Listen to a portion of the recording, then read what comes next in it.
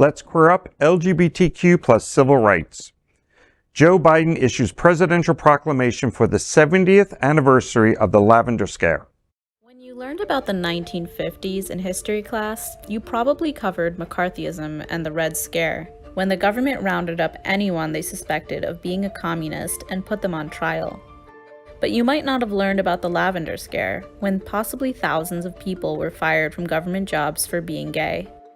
The Lavender Scare was this fear that really permeated American culture in the 1950s during the Cold War, that gay men and lesbians had infiltrated the federal government. It really gets started by Joseph McCarthy and his rhetoric about subversives in the State Department. Communists were not the only people he was concerned about. He was concerned about homosexuals there as well.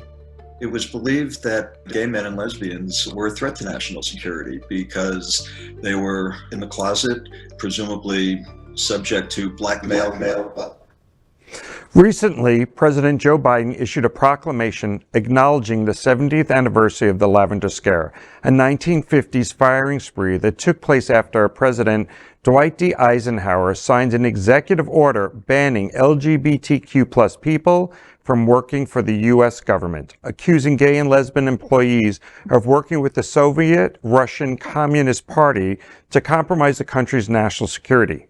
The president lamented the lives that were destroyed by the Lavender Scare, and he praised the brave activists who stood up in the face of it to fight for equality. He celebrated the great progress LGBTQ plus people have made and his administration's dedication to the community, but also acknowledged that the struggle for equal justice is not over.